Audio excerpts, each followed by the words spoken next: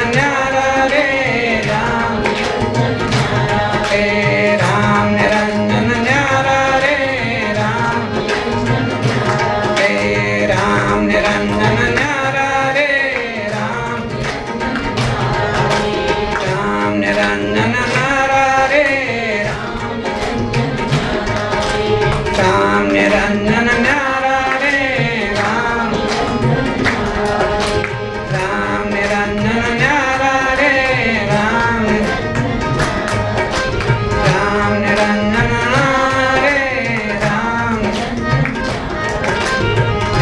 देखो संसार का संयोग देखो कि जब भगवान राम जन्म धरती पर लेते हैं, अवतरित होते हैं, प्रकट होते हैं, जो भी कहिए सब कुछ सत्य है। तो दिन में जन्म लेते हैं, दोपहर में जन्म लेते हैं, मध्य दिवस शीत न घामा, न अति शीत है न धूप है, पावन काल लोक विश्राम।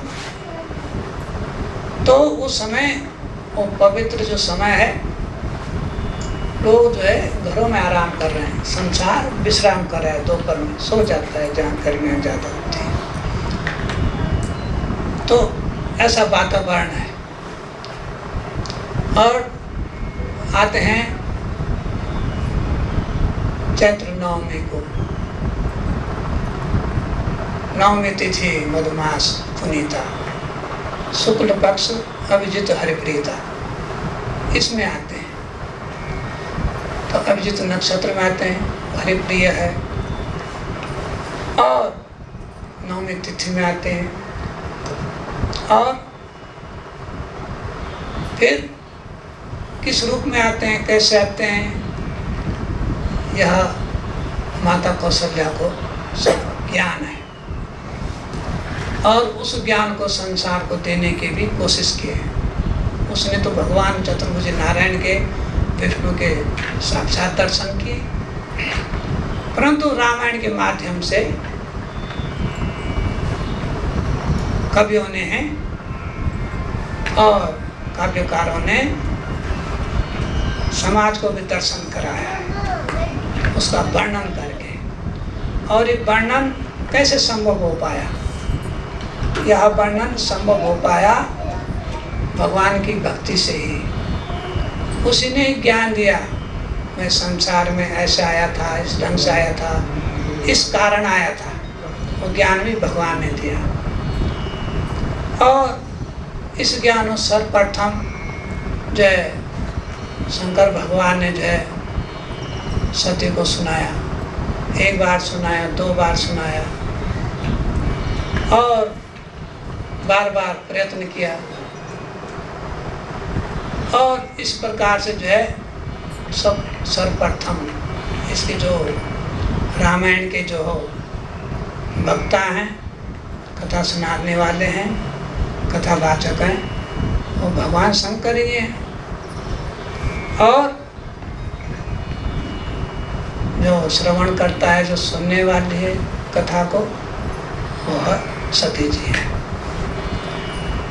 तो सत्य तत्व से जो है सती बनी है।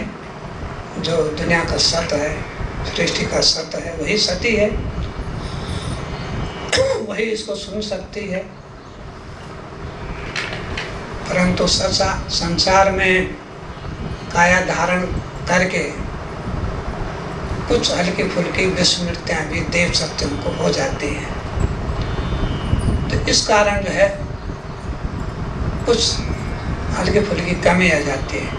जो हल्की फुल्की कमी है वही संसार के लिए एक चरित्र बन जाता है, और वही संसार के लिए अनुकरणीय हो जाता है। इंसान से ऐसी गलती हो जाती है, भला परमात्मा क्यों गलती करे? और वो इंसान की कमजोरी को दर्शा रहे हैं। सती इंसान की कमजोरी को दर्शा रहे हैं कि इंसान में ये कमियां हो सकती हैं, इन कमियों को इस ढंग से सुधारा जा सकता है। भला भगवान कहीं गलती कर सकते हैं, चूक कर सकते हैं, और भला कहीं साक्षात जगदम्बा भवानी सती कहीं कोई गलती कर सकी, या उसका राम कथा सुनने में जो है इच्छा का न होना, टाल मटोल करना, ऐसा हो सकता है। परंतु जब सांसारिक चरित्र उसका वर्णन किया जा रहा है तो संसार में ऐसी कमियां होती हैं। पहले कमियां बताएं, फिर उससे उभारते भी हैं। तो इस प्रकार से ऋषि मुनियों के मन में विटाल करके, और तब उसको एक प्रकार से ये कहा गया कि रामायण जो है एक प्रकार से रामायण सुर तरुवर की छाया, रामायण सुर तरुवर की छाया, दुख दूर हुए जो निकट ही आया। ये सुर तरुवर, ये देवताओं की जो शाखा है, सुर कहते हैं देवताओं का, ये एक देव वृक्ष है, ये एक प्रकार से देव वृक्ष है, यह मनोकामनाओं को पूर्ण करने वाला वृक्ष है, कल्प वृक्ष है। तो इसलिए उसको सुर तरुवर छाया, उसकी छाया, कल्प वृक्ष की छाया, तो उसको देव की संज्ञा दी गई है। जो दुख दूर हुए जो निकट ही आया, उसके दुख दूर हो जाते हैं जो इस वृक्ष के, इस रामायण वृक्ष के, इस देव वृक्ष के नजदीक आता है, उसके दुख दूर हो जाते हैं। कुछ भी कोई रामायण को याद न रखे, केवल इस एक पंक्ति को भी याद रखे, तो उसका सारा महत्व उसे वहीं पर छुपा है।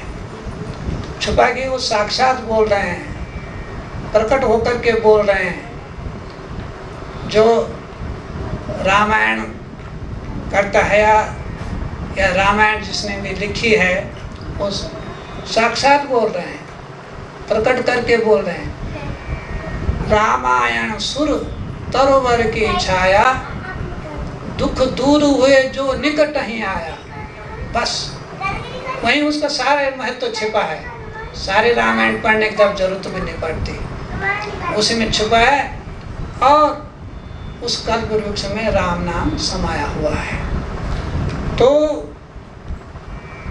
तब इस बात को इस ढंग से लिया जाता है कि अपने अपने तपस्या के स्तर से हर काव्यकार, हर कवि, लेखक अपने हिसाब से लिखता है। जितना जिसने चखा उतने लिखा, जितना जिसने देखा उतना उसने लिखा, अपने अब अनुभवों के स्तर से उसको लिखा गया है। परंतु मनुष्य के लिए इतना ही पर्याप्त है, संकेत देना ही पर्याप्त है। शेष तो जो है राम नाम जपना, तो राम नाम जपना है, राम की महिमा को समझना है। और जब कोई ये कहता है कि भाई देखो हमें भगवान राम की भक्ति से जुड़ना है, तो कहे भाई क्यों जुड़ें, क्या लाभ है उससे?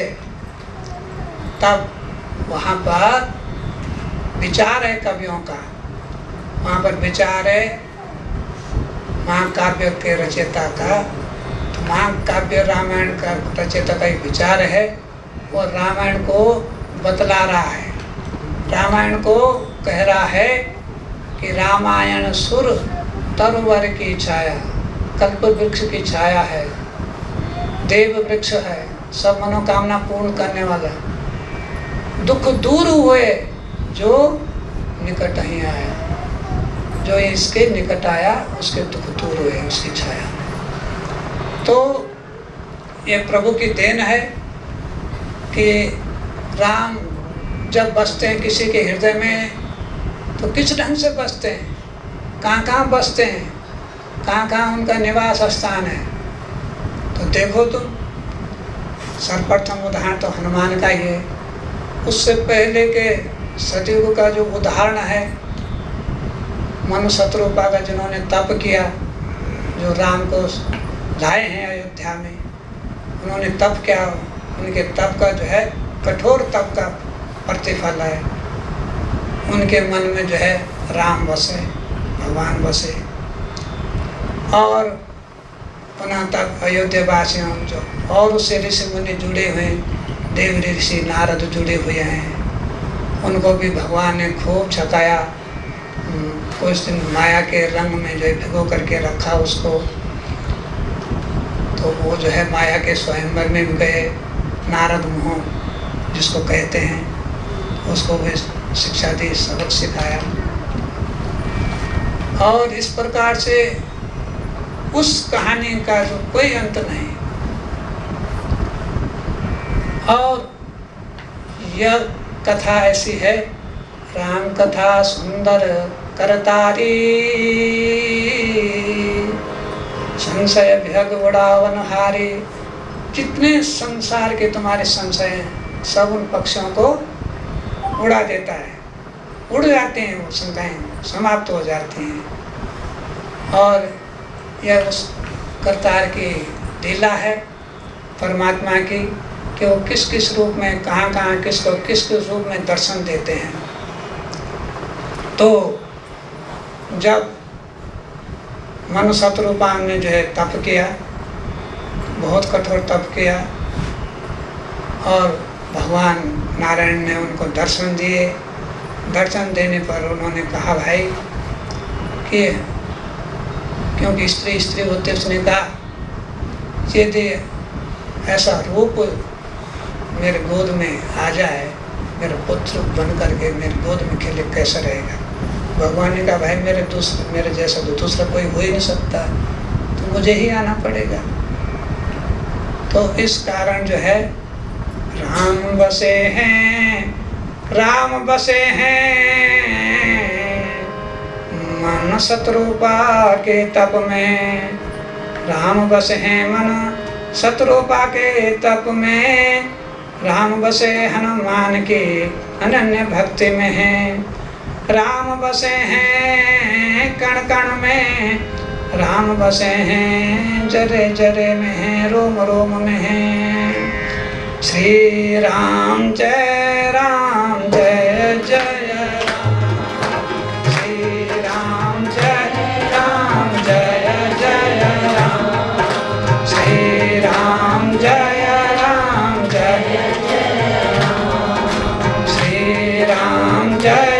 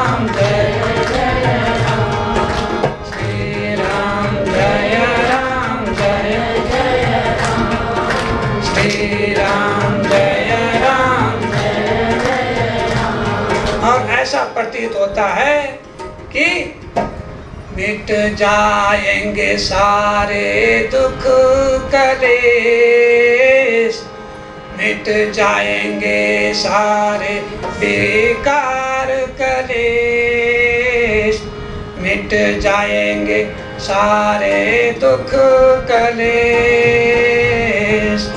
आँखियाँ खोल हर जी को दे, मिट जाएंगे सारे दुख कलेश।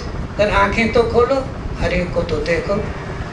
मिट जाएंगे सारे दुख कलेश, आँखियाँ खोलो हरि जी को देखो।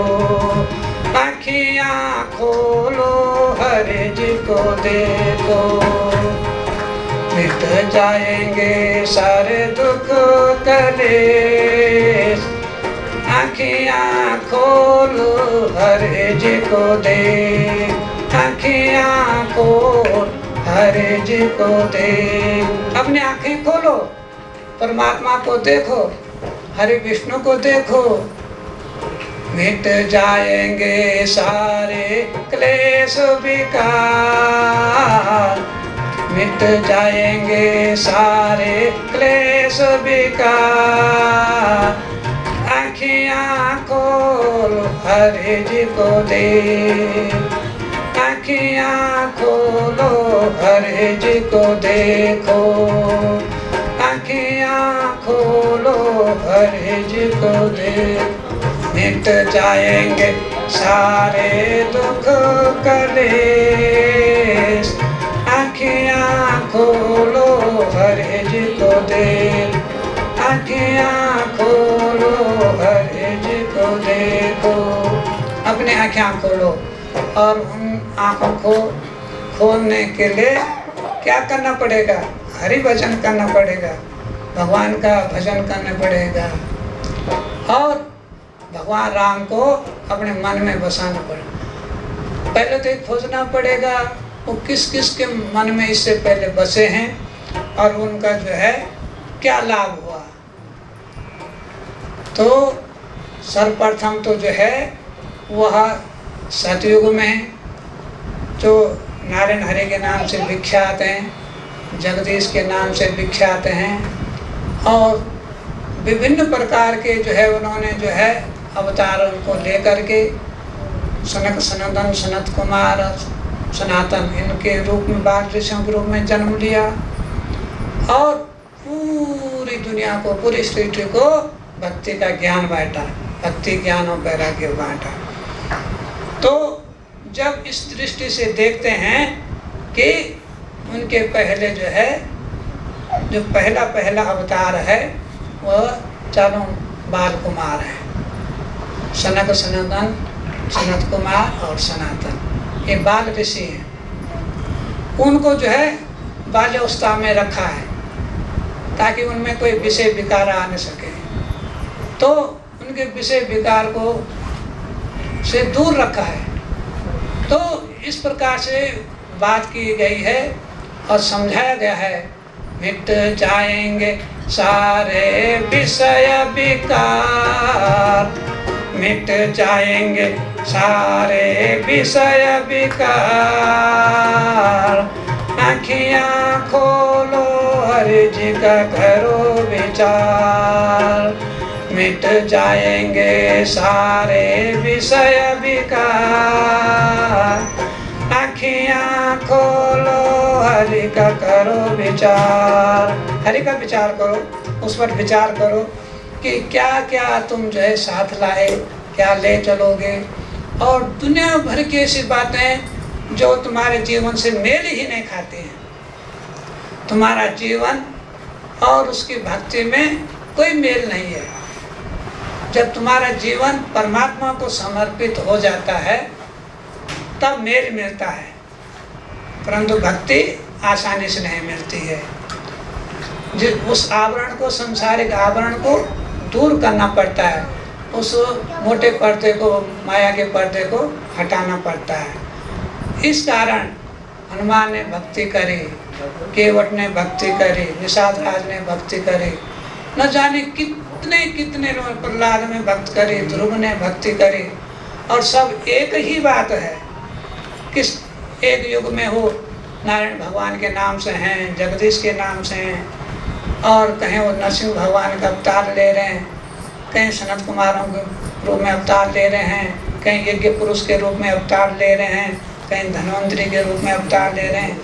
कोई जगह ऐसी नहीं छोड़ी उन्होंने, कहीं वो जो है मत्स्य अवतार भी ले रहे हैं और कहीं वो जो है एक से अवतारों की उनकी कहानियाँ हैं। तो जब आप लोग ये सोचते विचारते हैं कि कहाँ, तो जब तुम्हारा मनुष्य रूप में तुम्हारा योनि है, मनुष्य योनि है, तो मनुष्य रूप है, मनुष्य योनि में हो तो वो तुमको मनुष्य रूप में ही दर्शन देंगे। तो मनुष्यों को समझाने के लिए वो मनुष्य बन कर ही राम बन करके आए और उन्होंने समस्त मर्यादाओं का ज्ञान दिया। कौन उन मर्यादाओं को छू पाएगा? बहुत मुश्किल है उन मर्यादाओं को छू पाना। तो अपने भाव में इस ढंग से रहो कि अपना भाव परमात्मा के भाव से मिल जाए।